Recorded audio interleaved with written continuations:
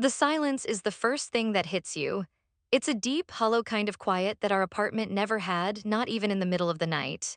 It's the sound of a life being surgically removed. His life. His worn out sneakers are gone from the entryway, his ridiculously large collection of coffee mugs is missing from the kitchen shelves, and his side of the closet is a gaping void of empty hangers. All that's left of him is the single, shiny key he placed perfectly in the center of the coffee table. My eyes keep drifting from the key to the mountain of evidence in the corner. A pile of Chanel boxes, the obnoxious orange of Hermes bags, and a suitcase still bearing a luggage tag from Charles de Gaulle. It all looks so garish and stupid now, like a monument to the worst decision I've ever made. I keep picking up my phone, my thumb hovering over his name before I remember it's useless.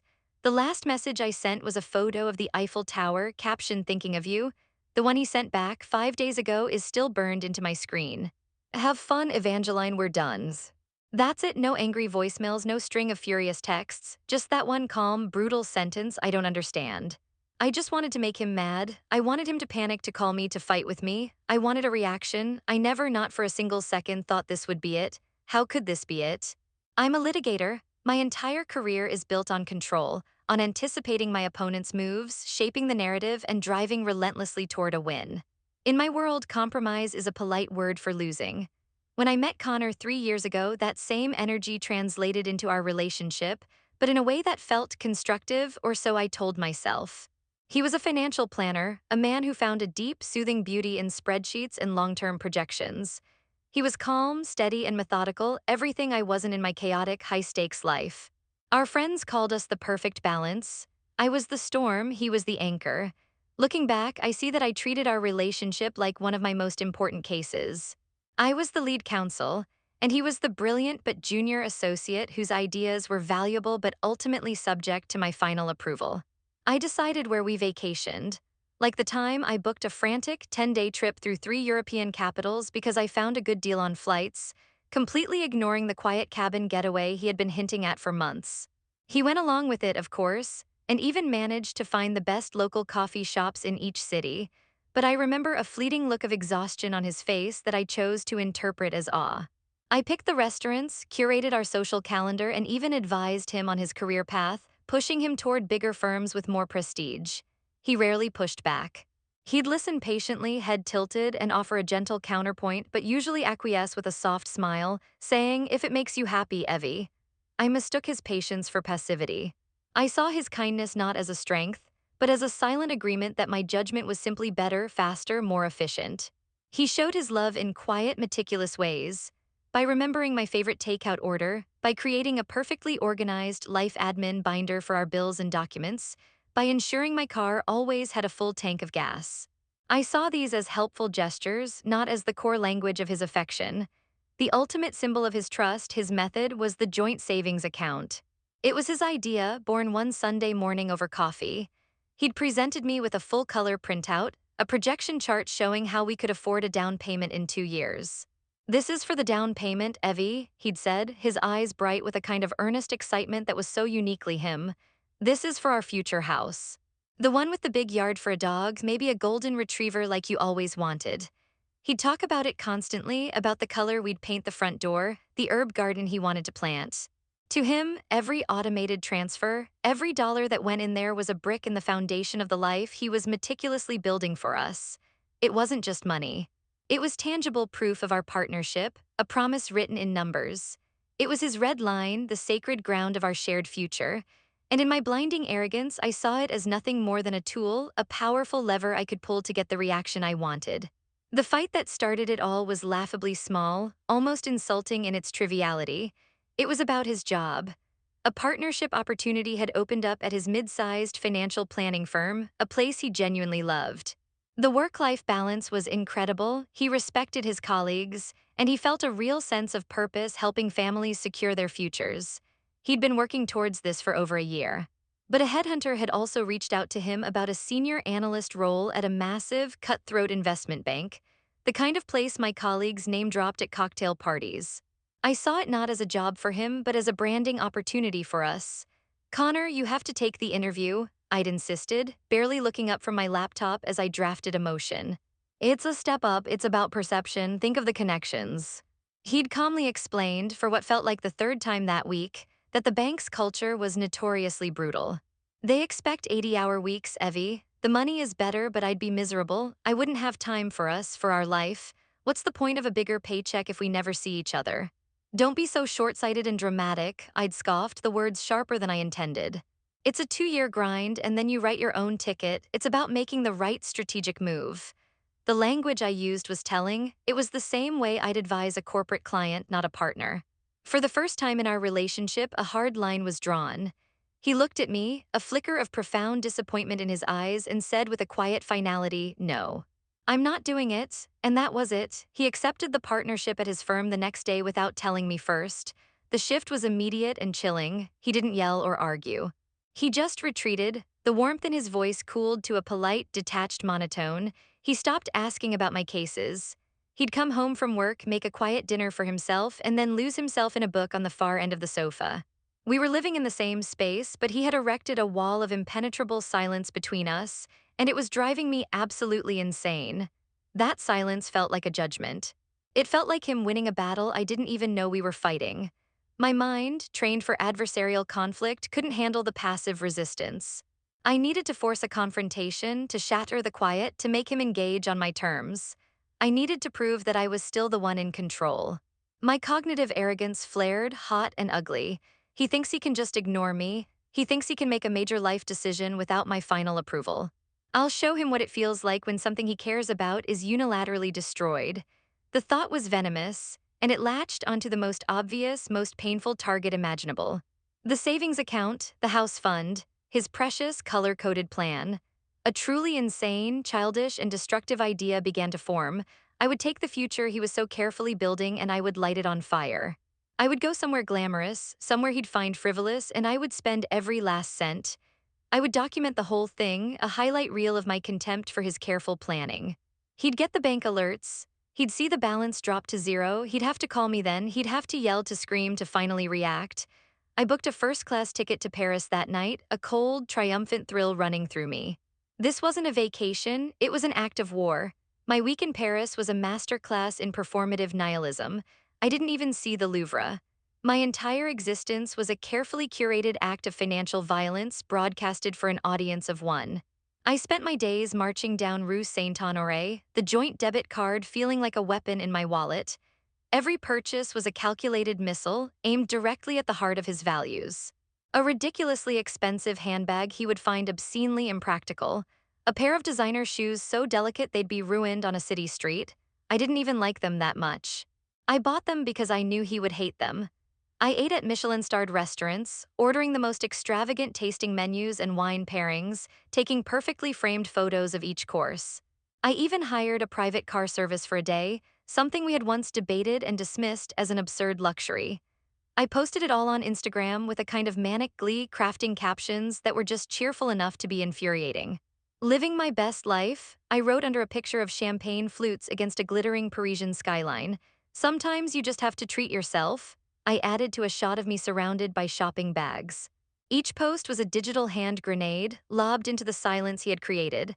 I was checking my phone every 30 seconds, my thumb raw from refreshing my DMs and call log. I was waiting for the explosion. I craved it.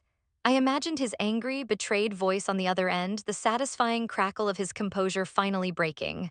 I played out the entire argument in my head, an argument where I would eventually, magnanimously, forgive him for pushing me to such extremes. But the call never came. The text notifications were from friends gushing over my pictures, messages from work, a concerned voicemail from my mother asking if everything was okay. From Connor, there was nothing. Just a crushing, echoing silence that stretched across the Atlantic, a silence that felt louder and more damning than any angry tirade ever could. The thrill began to curdle into a cold, creeping dread.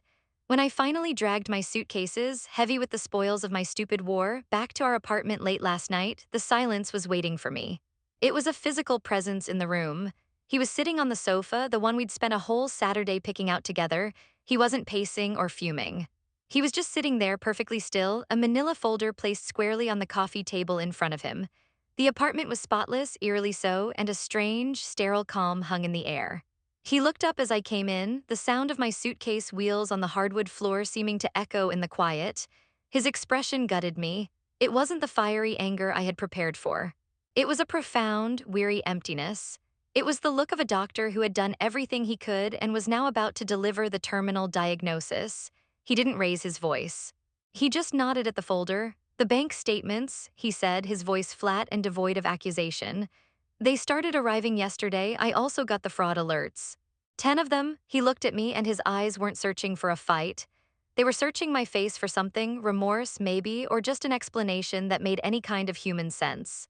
Was it worth it, Evie? My litigator brain, my greatest asset and my worst enemy, kicked in. It scrambled for a defense, a justification, a way to reframe the narrative. Connor, it was a joke, a stupid, over-the-top gesture to get your attention. I was going to pay it all back from my bonus. I just wanted you to talk to me. He held up a hand, a gesture so simple and yet so final it stopped the words in my throat. It's not about the money, he said, and for the first time I heard a tremor of emotion in his voice. It was pure, unadulterated pain. You could have spent $1 million of your own money and I wouldn't have cared. But this was ours. You took our future, the thing we were building together, the only thing I ever asked you to truly be a partner in, and you used it as a weapon. You used it to hurt me to prove a point. You didn't just drain an account, Evangeline, you proved that you will burn down anything to win. He stood up then, his movements slow and deliberate like an old man.